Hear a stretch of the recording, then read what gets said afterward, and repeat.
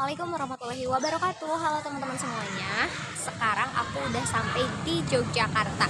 Tapi aku nggak ngevlog dari pas malam karena pas malam aku ngantuk banget. Akhirnya kita sekarang ada di Masjid Kauman Yogyakarta. Tapi kita belum bisa masuk karena dibukanya nanti jam 11 siang.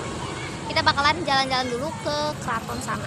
Jadi stay tune terus sampai akhir. Bye. Oke teman-teman, buat destinasi pertama kita bakalan ke kemana? Kita mau ke museum dulu. Kita lihat apa benar kita ke museum. Tanyakan peta. Kita udah sampai di apa ini? Sono Budoyo teman-teman. Kalian ini museum Sono Budoyo. Kemana bocil? Kemana?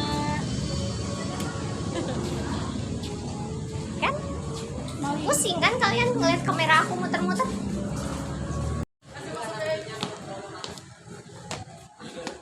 Boleh mengambil foto dan video tapi tanpa flash. Batik Jelamprang merupakan batik khas Pekalongan yang menceritakan hubungan antara manusia dengan dewa. Nah, yang di sampingnya itu ada batik dari Cirebon, batik motif macan simbar ucul.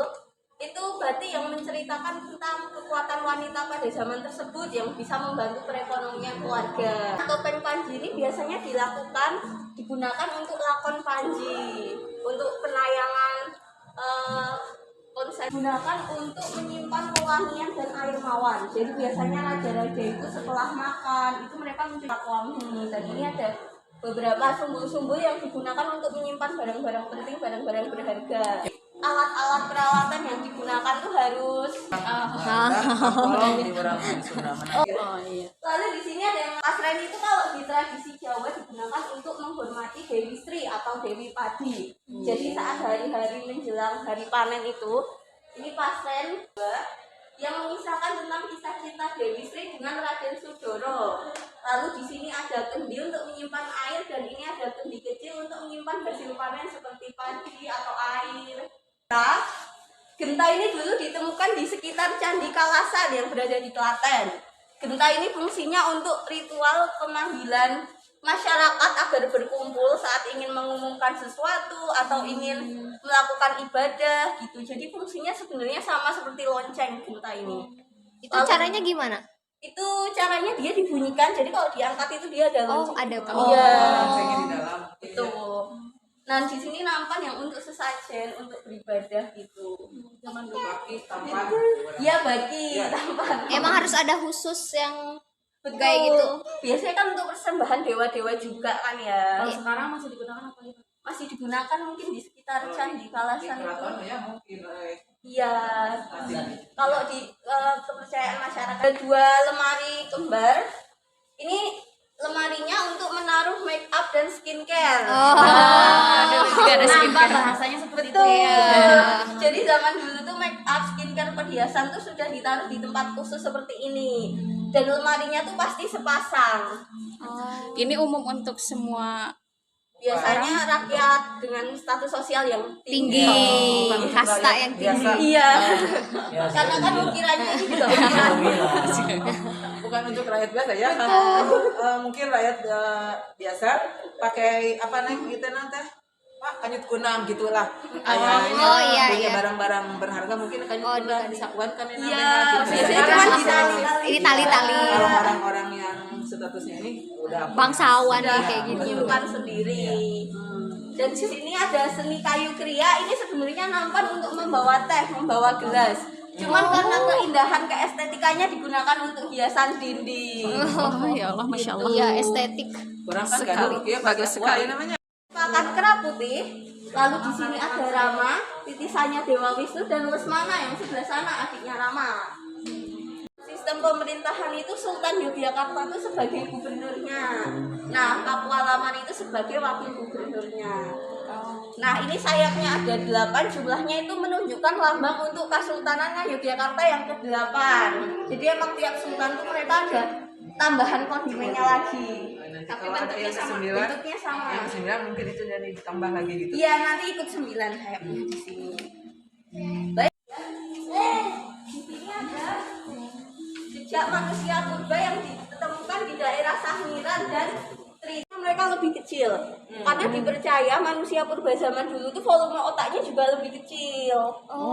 Sangiran itu daerah mana?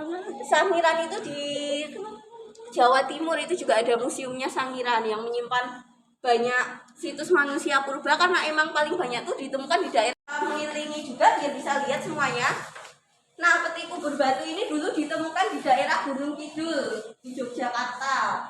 Nah, kenapa ditemukan di daerah Gunung Kidul? Karena kita bisa lihat petinya itu menggunakan batu kapur putih ya, yang emang kebanyakan ada di Gunung Kidul juga. Jadi zaman dulu itu tidak memakai kayu, makanya ini batu ini. Dan biasanya ditemukan juga namanya pesangon kalau di Jogja di dalamnya. Jadi ada perhiasan untuk bawaan, untuk bekal kehidupan. Sejarah itu ada nekara dan moko digunakan untuk ritual pemanggilan hujan. Oh, tahu dipakai ayo Cara Mbak Rara. Apa namanya? jadi seperti bernyanyi, lalu mereka percaya hujan akan turun. Nekara dan moko. Negara dan Moko. Iya, itu satu pasang. Nah, di sini sudah mengenal sistem kemasyarakatan. Nah, yang dilihat ini namanya prasasti fragmen. Prasasti ini menunjukkan tentang kepemilikan tanah. Jadi kalau zaman sekarang namanya akte tanah. Akte tanah. Nah, dulu ditulis di atas perunggu seperti ini prasastinya. Lalu di sini ada cincin emas, ini cincinnya asli. Dulu digunakan oleh raja dan pendeta untuk mengirim surat juga bisa. Jadi mereka sebelum mengirim surat tuh seperti melelehkan lilin itu lalu dicetak agar mereka percaya surat yang dikirim tuh memang betul dari sang raja dan sang pendeta. Oh, kayak cap. Iya betul, cap-cap itu yang biasanya sekarang di undangan Iya, di itu undangan. juga ada. Kayak legalisir. Perkembangan sistem bahasa yang dipercaya tuh dulu manusia menulis tuh di atas batu atau yang dinamakan dengan prasasti, lalu sudah mulai berkembang ditulis di atas logam seperti akte tanah tadi ditulis di atas logam, lalu di atas daun lontar yang dinamakan dengan naskah lontar. Nah, cara penulisannya di daun lontar tuh mereka mengukir menggunakan pisau kecil lalu diolesi minyak kemiri sehingga tulisannya bisa terlihat. Ini tulisannya menggunakan Hindu dan Buddha. Bisa kita lihat yang nomor 6 itu Buddha, yang sini itu Hindu. Nah, perbedaannya itu semakin jelas karena biasanya Buddha itu menunjukkan pencapaian. Jadi seperti tangannya semakin banyak atau kepalanya ada 4. Pernah lihat kan ya? Ya. Nah, seperti itu. Kalau ini Cermin. Jadi dia kalau digosok itu bisa digunakan untuk bercermin. ini Iya, ini tapi dari perunggu tiga-tiganya. dari apa? Ini dari perunggu juga, sama ada batu alamnya. Jadi emang kondimen gitu. Iya. Digosok pakai apa, Kak? Digosok pakai tangan aja. Itu udah bisa. Oh, langsung bisa bercermin. Betul. Biasanya digunakan untuk memandikan arca juga. Jadi arcanya ditaruh di depan kaca dan yang dibasah itu cerminnya. Fungsinya untuk apa? Untuk menaruh barang-barang penting. Seperti apa itu, Bu? Biasanya untuk menaruh perhiasan peninggalan dari biksu-biksu itu juga bisa. Memang hal-hal yang perlu dikubur di dalam candi. Lalu ini ada stupika, biasanya ditaruh di pahit. Betul. Ini Neng buat apa? Tutup Satu apa? lagi. Ini sama, ini tutupnya ini. Oh, Kotak ini keripik, tutupnya. jadi Oh, iya. dimasukkan ke dalam sini barangnya dan Iya, ditutup. iya, tutupnya ini. Lalu dikubur di sana ya. Tentang sistem bahasa dari masa ke masa. Yang pertama, manusia itu mengenal cara menulis di atas batu yang kita temukan atau yang kita kenal dengan nama prasasti. Lalu sudah berkembang di atas logam, biasanya digunakan untuk akte tanah atau kepemilikan tanah juga. Nah, di sini sudah mulai menggunakan atau memanfaatkan barang alam namanya daun lontar. Daun lontar ini masih digunakan di Bali biasanya untuk menulis naskah atau menulis semacam mantra gitu. Nah, Dan yang terakhir yaitu teman-teman, sebentar. Ini adalah perkembangan kesusastraan, ya, perkembangan kesusastraan. Jadi dari mulai batu, kemudian logam, kemudian ke lontar. Isinya apa? Isinya semuanya tentang kesusastraan. kesusastraan tentang contoh ngomongkan si siapa si Kamila membuat puisi judulnya Rindu. Nah judulnya Rindu makanya. Nah ketika waktu itu Kamila menulis puisi Rindu itu hanya sekedar puisi aja, tetapi puisi yang ditulis oleh Kamila tentang rindu itu bisa saja menjadi mantra, jadi mantra. Jadi kemudian orang membaca puisi Kamila, abah mau membaca puisi Kamila di daun lontar, nama kan dina HP-nya. Nah, abah membaca puisi Kamila, kemudian abah tersentuh. Nah, itulah barangkali dimensi spiritualitas orang atas bacaan-bacaan yang dibuat. Karya Tommy, karya semua juga seperti itu. Kemudian kesininya dianggap ini adalah sebuah mantra. Padahal sebetulnya adalah karya sastra aja. Dia menulis karya sastra, dia menuliskan pengalaman-pengalaman spiritualnya, pengalaman kehati-hatiannya, pengalaman percintaannya. Kemudian ditulis dalam bentuk kayak gini. Ini daun lontar, kemudian ke semakin modern ke kertas ya. Semakin modern lagi kadienakeun si Kamila pakai handphone HP. gawe. Terima kasih Neng. Melanjutkan. Dan panah ini merupakan cermin. Jadi dia kalau digosok itu akan bisa digunakan untuk mengaca dan biasanya digunakan untuk memandikan arca juga. Nah, teman-teman, ternyata teknologi Touch screen itu sudah lama, ya. Kalau digosok nanti akan kelihatan menjadi kaca cermin, gitu kan? Seperti kita kan sekarang ini gosok aja jadi cermin tuh. Ya, seperti itu kan? Digosok. Itu sejak zaman dulu. Bahkan ada juga mungkin ya, tadi? Darpana ini yang bisa menerjemahkan atau bisa memperlihatkan ketika di touch screen seperti itu dengan ilmu-ilmu yang mereka sama kan, ini juga ilmu, ini kan tentang data gitu ya. Ada yang bisa melihat masa lalu, masa depan dengan ada Darpana. Iya, seperti itu. Jadi teknologi screen itu bukan baru sekarang, Screen. ribuan tahun yang lalu ya. Iya betul. Oke. Masa ke masa ini bonangnya juga merupakan bonang tertua ya. Bisa kita lihat. Asli Nengnya. Iya, yang ini asli, semuanya asli ya. Karena itu ada yang apa? Sampai Rusak sedikit ya, iya, tapi asli. masih tetap. Oke, teman-teman sekalian pernah mendengarkan suara bonang? Pernah? Nah, Nah, pernah mendengarkan suara si Ade? Nah, pernah. Nah, siapa yang menciptakan suara itu? Allah kan? Nah, jadi teman-teman sekalian, suara apapun ketika kita mendengar itu bukan buatan si angin, bukan buatan si Zahra, bukan. Tetapi itu diciptakan oleh Allah. Kalau ada suara-suara yang kemudian berirama, berbunyi, berirama, disusun sedemikian rupa menjadi musik, seharusnya kita yakin bahwa kita ini sedang menikmati kedahsyatan indahnya ciptaan Gusti Allah. Teman-teman, seateis apapun manusia,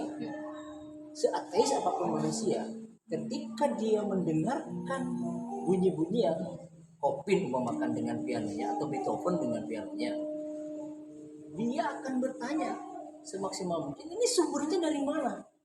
Suara ini ada nggak yang bisa menjawab selain dari Allah? Kekuatan energi bunyi itu dari siapa? Seperti itu. Segitu loh di acara kita. Keluar Ustadz. Ini ada beberapa koleksi keris, ini bisa dipencet mungkin. oh, Dan ini untuk melihat penjelasannya. Boleh yang mau ikut touch screen silakan. Umi. Satu. Kurang ini Oh, nih. pas di ininya mungkin. Oh. Enggak juga nih. Sana semalim nak.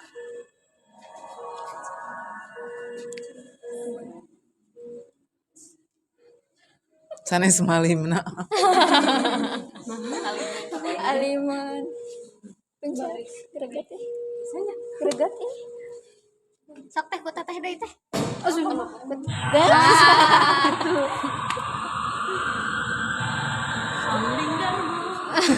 Jadi ini berkaitan juga sama tadi ininya, ininya menggunakan ininya, ya.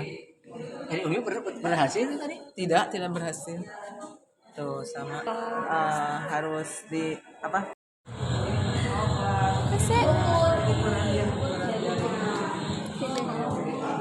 Besar dari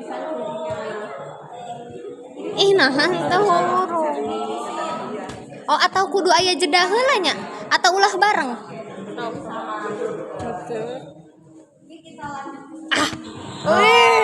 Kudu sabar. Jadi dulu berat banget. Dari atas nih kan. beda kekuatannya mungkin dulu ya. Iya dulu. Terus belum banyak sampai sekarang belum banyak sekarang kan dari plastik. Iya, banyak dari ya. plastik. Buang-buang gitu kan itu dulu kan Berkali-kali manfaatnya pakai. lebih lama lagi gitu. Lebih lama. Kenapa enggak?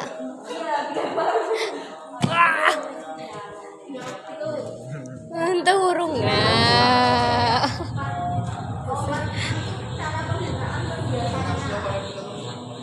Satu, dua, satu. Di belah mananya kawan? Keramik asing kenapa dinamakan keramik asing? Karena keramik ini tuh dari negeri luar. Yang dua ini dari Cina, yang sana dari Myanmar. Keramik ini fungsinya digunakan untuk menyimpan air. Kalau di Jawa namanya gentong. Oh, Sami dari Iya sama ya di Jawa namanya juga gentong. Nah, ini dari luar sejarahnya Itu karena masuknya perdagangan. Transport. Iya, jadi ekspor. perdagangan. Cina, Myanmar, Yang dua ini dari Cina, yang satu dari Myanmar. Kak, kalau itu apakah hanya kasta tertentu yang punya atau semua kalangan? Ya, keramik ini kan harganya tinggi juga ya. Jadi ya Tapi dia memang ke zaman dulu itu Apalagi- lebih ke pembagian kasta ya, Bagian zaman kasta. dulu itu. Apalagi fungsinya cuma buat air, mungkin kalau kau mending kayak. Nah, di Mending. sini ada lonceng yang besar. Ini fungsinya untuk mengkalungkan di kerbau. Oh, Jadi iya, zaman iya. dulu itu untuk menandakan hewan ternak mereka tuh mereka menggunakan lonceng atau tanda yang besar-besar. Biar kalau hilang tuh juga mudah dicari, mudah ditandai. Nah, yang dua ini untuk lembu yang lebih kecil. Nah, di situ ada koin zaman dulu namanya mata uang gobok. Kenapa dinamakan gobok? Dia kan dalamnya tuh bolong tuh. Dan zaman dulu tuh belum ada kantong. Jadi mereka kalau yang ini kendi untuk menyimpan air, fungsinya masih sama. Teko. sama kita. Nah, ini kaligrafi Serabat bermotif kapal. Kenapa dia menggunakan motif kapal? Karena dulu Islam itu masuk ke Indonesia tuh melalui perdagangan dan itu kan lewat laut ya. Jadi menggunakan motif kapal. Ini merupakan kaligrafi Quran surat An-Nisa. Anissa. Iya. Ada nama Jawa kuno. Lalu ini untuk latinya. Oh, jadi dulu kain batik itu bukan. Ya, kain batik tuh motifnya tuh banyak sebenarnya. Jadi tiap motif tuh punya filosofi sendiri-sendiri. Gitu. Ya. Surat Anbiya ini menceritakan tentang nabi dari zaman Nabi Adam hingga Rasulullah. Dan ini ditulis menggunakan bahasa Arab, cuman kalau dibaca itu dia bahasa Jawa teman. Batik urutannya. Dan ini ada salah satu koleksi batik yang dia dibubuhi emas. Jadi ini menggunakan emas. Ini bisa digunakan nggak atau pernah digunakan? Pernah digunakan. Ini biasanya digunakan sebagai shawl atau lilitan pinggang juga. Oh, yang pakainya juga ya biasa ya, kasta-kasta tertinggi para bangsawan ya. Ini kalau emasnya apa bubuk emas apa kayak benang emas gitu? Benang emas. Kalau pewarnaannya mereka juga menggunakan campuran bubuk emas juga gitu. Jadi Iya, emang iya. dari step Kayak itu apa udah. itu? Sep Juna apa? Oh, nya Chef Juna. iya. Ayam makanan pakai emasnya. Iya, sama konsepnya seperti itu. Ageng yang ini namanya lurik. Nah, Pais Ageng tuh biasanya di pernikahan tuh digunakan untuk adat pernikahan yang dimana itu mereka lebih pakem atau lebih ketat, ada urutannya sendiri. Seperti siraman, midodareni, Iya, itu kalau di midodareni. kepercayaan Jawa. Nah dulu Pais Ageng tuh hanya bisa digunakan oleh keluarga kerajaan. Namun sejak naiknya tahta Sultan, kalau di Jogja itu setiap Kamis Pahing anak sekolahnya udah pakai lurik. Oh, lurik. Iya, Jadi kebayanya untuk lurik. sekolah. Iya, betul. untuk sekolah. Kalau di kami di Jawa Barat, jadi pakai kebayanya pakai kebaya cuman